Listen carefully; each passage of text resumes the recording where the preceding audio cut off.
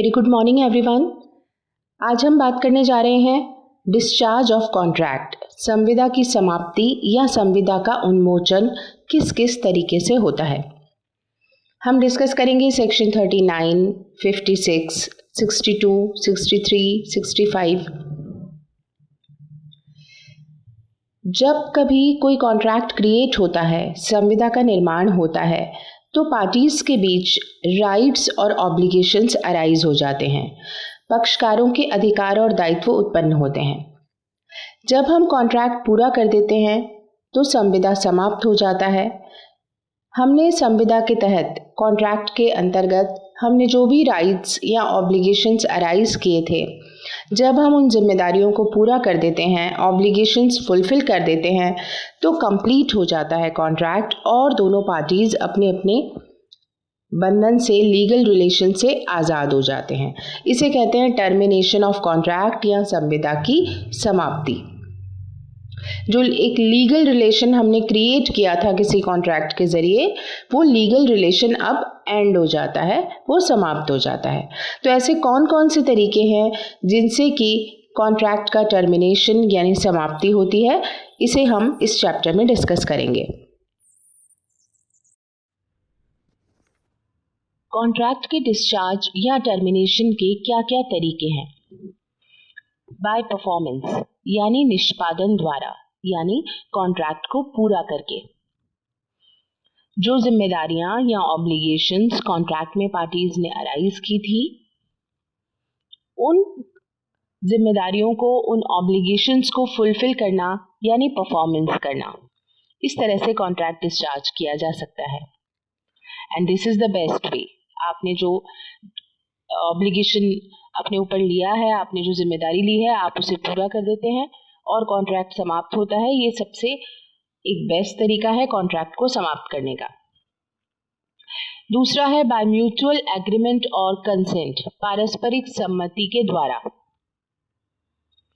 तीसरा है bye impossibility of performance, निष्पादन की असंभवता, यानी कॉन्ट्रैक्ट को पूरा करना जब पॉसिबल नहीं रह गया, इम्पॉसिबल हो गया है, तो भी कॉन्ट्रैक्ट समाप्त हो जाएगा, क्योंकि ऐसी परिस्थितियां नहीं रह जाएंगी कि कॉन्ट्रैक्ट को हम पूरा कर सकें। फिर है बाय ऑपरेशन ऑफ लॉ, यानी विधि के प्रवर्तन द्वारा। आपने कोई कॉन्ट्रैक्ट बनाया है, लेकिन अब due to change in law में परिवर्तन हो गया, जिसकी वजह से अब जो काम लीगल था पहले, वो अब इल्लीगल हो गया है, तो अब आप उसे परफॉर्म ही नहीं कर सकते। तो बाय ऑपरेशन ऑफ लॉ, कानून के द्वारा भी कई बार ऐसी परिस्थितियां आ जाती हैं कि कॉन्ट्रैक्ट समाप्त हो जाता है। बाय लैप्स ऑफ टाइम, यानी समय की समाप्ति द्वारा। कुछ कॉन्ट्रैक्ट ऐसे हैं जिन्हें हमें विद इन द टाइम ही पूरा करना है, और हमने विद इन द टाइम, समय सीमा के अंदर अगर उसको पूरा नहीं किया तो वो समाप्त किए जा सकते हैं। फिर है बाय ब्रीच ऑफ कॉन्ट्रैक्ट, अनुबंध भंग के द्वारा। हमने कॉन्ट्रैक्ट को पूरा नहीं किया, दोनों में से कोई एक पक्षकार क्या कर रहा है, ब्रीच कर रहा है, संविदा को भंग कर रहा है, यानी उसे पूरा नहीं कर रहा, ऑब्लिगेशन को फुलफिल नहीं करता। तो इन तरीकों से कॉन्ट्रैक्ट को समाप्त किया जा सकता है। अब हम वन बाय वन इन्हें डिस्कस करते हैं। सबसे पहला तरीका है डिस्चार्ज बाय परफॉर्मेंस, निष्पादन द्वारा समाप्ति, यानी संविदा की पालना करके संविदा को समाप्त करना। Performance of a contract is the most usual mode of its discharge. सबसे सामान्य तरीका किसी संविदा के उन्मोचन या समाप्ति का माना जाता है कि संविदा को पूरा करना, पालना करना। The parties perform their respective obligations arising out of the contract and thus the contract comes to an end. संविदा के पक्षकार कॉन्ट्रैक्ट के जरिए जो ऑब्लिगेशंस अराइज की गई थी उनको पूरा कर देते हैं, तो इस तरह से संविदा समाप्त माना जाता है। कॉन्ट्रैक्ट हुआ था कि ए को गुड्स की डिलीवरी करनी थी और बी को पेमेंट करना था। दोनों ने अपने अपने ऑब्लिगेशन को पूरा कर दिया, एक ने गुड्स डिलीवर किया, दूसरे ने पेमेंट किया। इस तरह कॉन्ट्रैक्ट समाप्त हो गया बाय परफॉर्मेंस।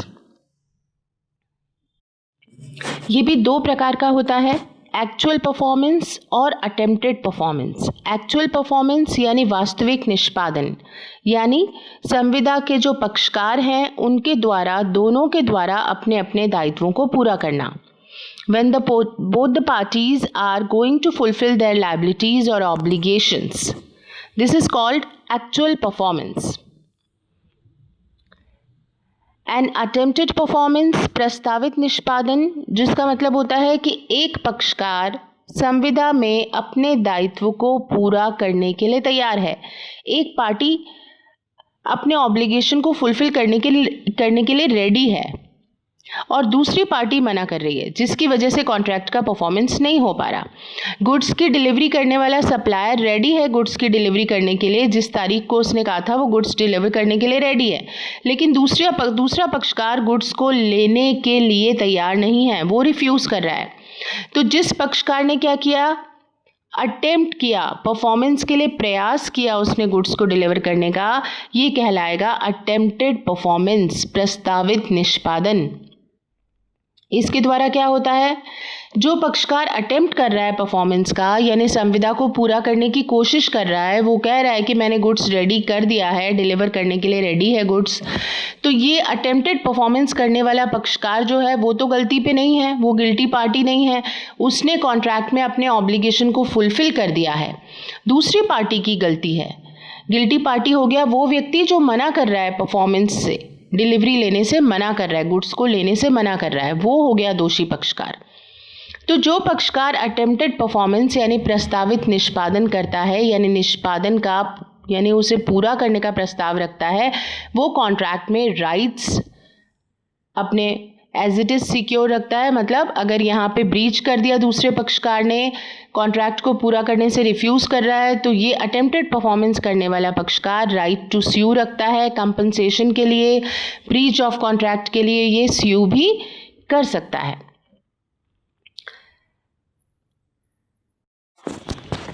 अब दूसरा तरीका देखते हैं डिस्चार्ज का। बाय म्यूचुअल एग्रीमेंट और कंसेंट, पारस्परिक सम्मति या करार के द्वारा। जिस तरीके से किसी कॉन्ट्रैक्ट का क्रिएशन पारस्परिक सम्मति से होता है, म्यूचुअल कंसेंट से होता है, आपने देखा कंसेंट, फ्री कंसेंट, इनसे हम किसी कॉन्ट्रैक्ट का क्रिएशन कर सकते हैं।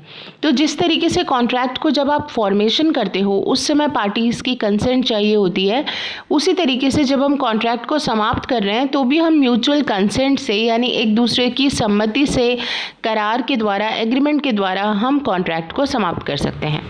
ये एक्सप्रेस या इम्प्लाइड किसी भी तरीके से किया जा सकेगा।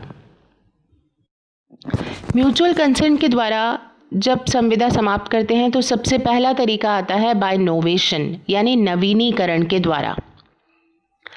नवीनीकरण के द्वारा पारस्परिक सम्मति से हम पुराने संविदा को समाप्त करके एक नया कॉन्ट्रैक्ट बना सकते हैं। एग्जिस्टिंग कॉन्ट्रैक्ट को पार्टीज़ ने म्यूचुअल कंसेंट से समाप्त किया। जैसे एग्जाम्पल लेते हैं, ए और बी के बीच में एक लोन का कॉन्ट्रैक्ट हुआ है, जिसके अकॉर्डिंग ए को जो है वो 2 लाख रुपए बी को लौटाने हैं। बी से उसने 2 लाख लिए थे उधार, और ये लोन का पैसा अब ए को लौटाना है 6 महीने के बाद। ये कॉन्ट्रैक्ट का फॉर्मेशन हुआ और पार्टीज़ हैं ए और बी, राइट। एक हो गया क्रेडिटर, दूसरा हो गया बोरोअर, जिसने कि पैसा उधार लिया है। अब यहाँ पर ए और बी के बीच के इस कॉन्ट्रैक्ट के ऑब्लिगेशन भी किसकी हैं? इनकी ही हैं पूरा करने की। ए को पैसा लौटाने का जिम्मा है। तो अब यहाँ पे नोवेशन के द्वारा एक नया कॉन्ट्रैक्ट ये दोनों पार्टीज़ ए और बी मिलके बना रहे हैं कि जो पैसा ए को यहाँ पे रिफंड करना था, 2 लाख रुपए लौटाना था, ए की जगह अब ये पैसा लौटाएगा सी। इन्होंने आपस में कॉन्ट्रैक्ट किया, सी भी यहाँ एक नया पक्षकार जुड़ गया है। तो जो अमाउंट यहाँ पे ए को बी को देनी थी, ए की बजाय अब कौन देगा? यहाँ पे सी जो है वो ये रकम बी को देगा। ए और सी के बीच में जो भी ट्रांजैक्शन रहे, उन ट्रांजैक्शंस के अकॉर्डिंग अब सी जो है वो ये जिम्मेदारी ले रहा है कि वो बी को 2 लाख रुपए लौटाएगा। अब यहाँ कॉन्ट्रैक्टिंग पार्टी कौन हो गए? अब यहाँ एक नया पक्षकार आ गया, ए की जगह पे आ गया सी, और सी अब ये पैसा बी को देगा। ये तय किसने किया? इन पार्टीज़ ने मिलकर ही तय किया, ए और बी ने मिलकर तय किया आपस में कि यहाँ पे अब हम चेंज कर रहे हैं, नोवेशन कर रहे हैं। तो नोवेशन में हमने क्या किया कि एग्जिस्टिंग कॉन्ट्रैक्ट को समाप्त किया, ओल्ड कॉन्ट्रैक्ट को समाप्त किया और एक फॉर्मेशन किया हमने एक न्यू कॉन्ट्रैक्ट का। यहाँ हमें क्या ध्यान रखना है, क्या क्या कंडीशंस होनी चाहिए? There must be mutual consent of all the parties for novation. नवीनीकरण के लिए ज़रूरी है कि सब पक्षकारों की कंसेंट होनी चाहिए, सम्मति होनी चाहिए। The new contract must be substituted before the expiry of time of performance of original contract. नए कॉन्ट्रैक्ट को जब हम बना रहे हैं तो वो हमें कब बनाना है? ओरिजिनल कॉन्ट्रैक्ट के परफॉर्मेंस का टाइम आने से पहले पहले। जब हमें परफॉर्मेंस करना है मूल संविदा का, ओरिजिनल कॉन्ट्रैक्ट का, उसके परफॉर्मेंस का टाइम आने से पहले पहले ही आप क्या कर लो, एक नया कॉन्ट्रैक्ट बना लो, formation of a new contract हो जाए पुराने की जगह पर।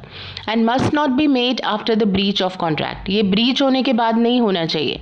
पार्टीज़ का जो कॉन्ट्रैक्ट है वो अभी जीवित है, अलाइव है, किसी ने भी ब्रीच नहीं किया, और परफॉर्मेंस के पहले पहले हम क्या कर रहे हैं, एक सब्सटीट्यूट कर रहे हैं, प्रीवियस की जगह हमने एक न्यू कॉन्ट्रैक्ट बना लिया। The new contract must be enforceable by law. If it is not, the parties shall remain bound by the old contract. नया कॉन्ट्रैक्ट भी कैसा होना चाहिए? एनफोर्सेबल बाय लॉ तो होना ही चाहिए। वो जो प्रीवियस कंडीशंस आपने सेक्शन 10 की पढ़ी हैं वो तो एप्लीकेबल होंगी ही, चाहे प्रीवियस कॉन्ट्रैक्ट था या चाहे अब नया कॉन्ट्रैक्ट बना रहे हो। और अगर ऐसा कॉन्ट्रैक्ट है जो एनफोर्सेबल बाय लॉ नहीं है, जो न्यू वन आपने बनाया, तो पार्टीज पुराने कॉन्ट्रैक्ट से ही बाउंड मानी जाएंगी। ये था बाय नोवेशन, म्यूचुअल कंसेंट में, पारस्परिक सम्मति में सबसे पहला तरीका। म्यूचुअल कंसेंट में हम दूसरा तरीका देखते हैं बाय रिसिशन, यानी निरस्तीकरण। सामान्य भाषा में कहेंगे उसे कैंसिल करना, निरस्त करना। Rescission means cancellation of contract, संविदा को निरस्त करना। If by mutual agreement the parties agree to cancel all or some of the terms of existing contract, it is called rescission of the contract. जब पारस्परिक सम्मति के द्वारा कॉन्ट्रैक्टिंग पार्टीज एग्जिस्टिंग कॉन्ट्रैक्ट की सारी टर्म्स कंडीशंस को cancel करना चाहती हैं या फिर उनमें से कुछ टर्म्स एंड कंडीशंस को कैंसिल करना चाहती हैं, तो इसे रिसिशन ऑफ कॉन्ट्रैक्ट या संविदा का निरस्तीकरण कहते हैं, और इस तरीके से कॉन्ट्रैक्ट डिस्चार्ज माना जाता है। Non performance of a contract by both the parties for a long period without any complaint amounts to implied rescission. जब संविदा के दोनों पक्षकार एक लंबे समय तक कॉन्ट्रैक्ट की पालना नहीं करते, उसे पूरा नहीं करते, तो इसे विवक्षित निरस्तीकरण या इम्प्लाइड रिसिशन भी कहा जाता है। At one hand, the rescission may take place by mutual consent of the parties, and on the other hand, if one party has committed a breach of contract, then the aggrieved party can rescind the contract. देखिए, एक तरीका तो हमने क्या जाना कि mutual consent से, पारस्परिक सम्मति से पक्षकार संविदा को निरस्त करते हैं या उसकी कुछ शर्तों को निरस्त करते हैं। दूसरी तरफ अगर कोई पक्षकार ब्रीच ऑफ कॉन्ट्रैक्ट करता है, संविदा को भंग करता है, तो दूसरे पक्षकार के पास ये अधिकार आ जाता है कि वो कॉन्ट्रैक्ट का रिसिशन कर सकता है, संविदा को निरस्त कर सकता है। जैसे हमने देखा कि सप्लायर गुड्स सप्लाई करने के लिए तैयार है, लेकिन दूसरा पक्षकार उसकी डिलीवरी लेने को रेडी नहीं है, तो यहाँ पे वो पक्षकार क्या करेगा, जो परफॉर्मेंस के लिए रेडी है वो संविदा को निरस्त कर सकेगा, क्योंकि दूसरे पक्षकार ने क्या कर दिया है, ब्रीच ऑफ कॉन्ट्रैक्ट किया है। इसी तरीके से अगर वॉइडेबल कॉन्ट्रैक्ट है, शून्य करणीय संविदा है, यानी जहां कॉन्ट्रैक्ट में consent, coercion, undue influence, misrepresentation या फ्रॉड के जरिए ली गई है, वहां पर भी एग्रीव्ड पार्टी चाहे तो कॉन्ट्रैक्ट को रिसिशन कर सकती है, उसको कैंसिल कर सकती है और कंपनसेशन भी ले सकती है। तो ये दूसरा तरीका था बाय रिसेशन या निरस्तीकरण के द्वारा संविदा की समाप्ति। अगला तरीका आता है बाय म्यूचुअल कंसेंट या पारस्परिक सम्मति में बाय ऑल्टरेशन, परिवर्तन के द्वारा।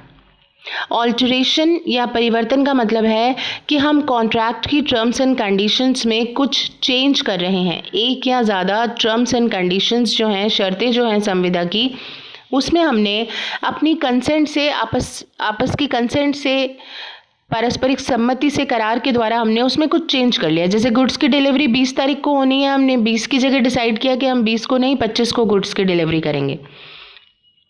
ये कहलाया ऑल्टरेशन यानी परिवर्तन। तो उससे प्रीवियस जो कॉन्ट्रैक्ट था एग्जिस्टिंग वो समाप्त हो गया और उसकी बजाय नया कॉन्ट्रैक्ट ऑल्टरेशन के ज़रिए आ गया, जिससे कि पार्टीज़ बाउंड हो गई।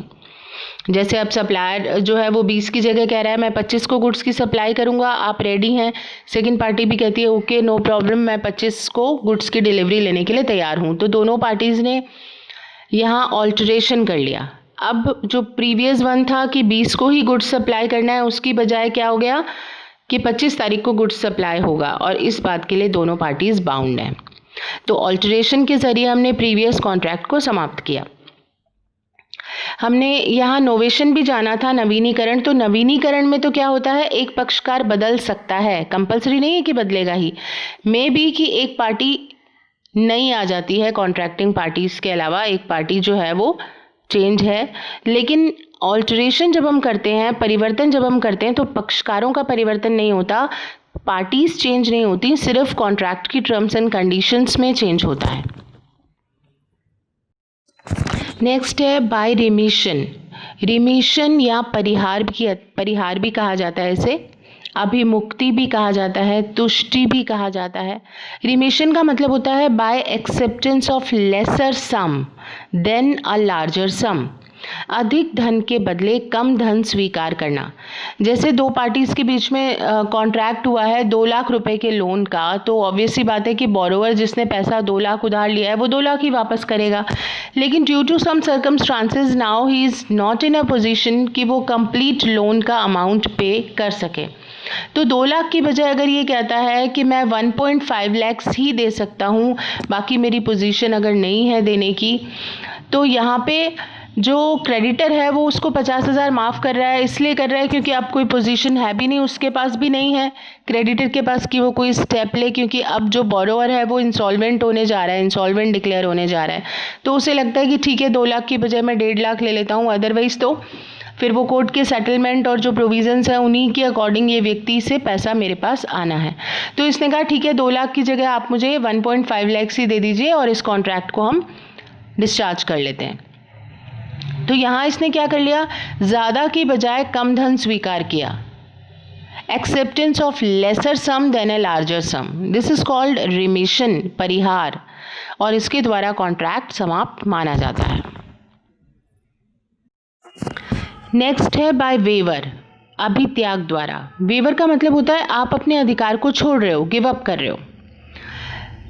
आपका जो राइट है दूसरे पक्ष से आप कॉन्ट्रैक्ट का परफॉर्मेंस ले सकते हो, लेकिन आपने क्या किया, अगर वो संविदा का पालन नहीं कर पा रहा किसी वजह से, तो आपने अपने राइट को वेव कर दिया, आप उसके खिलाफ कोई एक्शन नहीं ले रहे हो।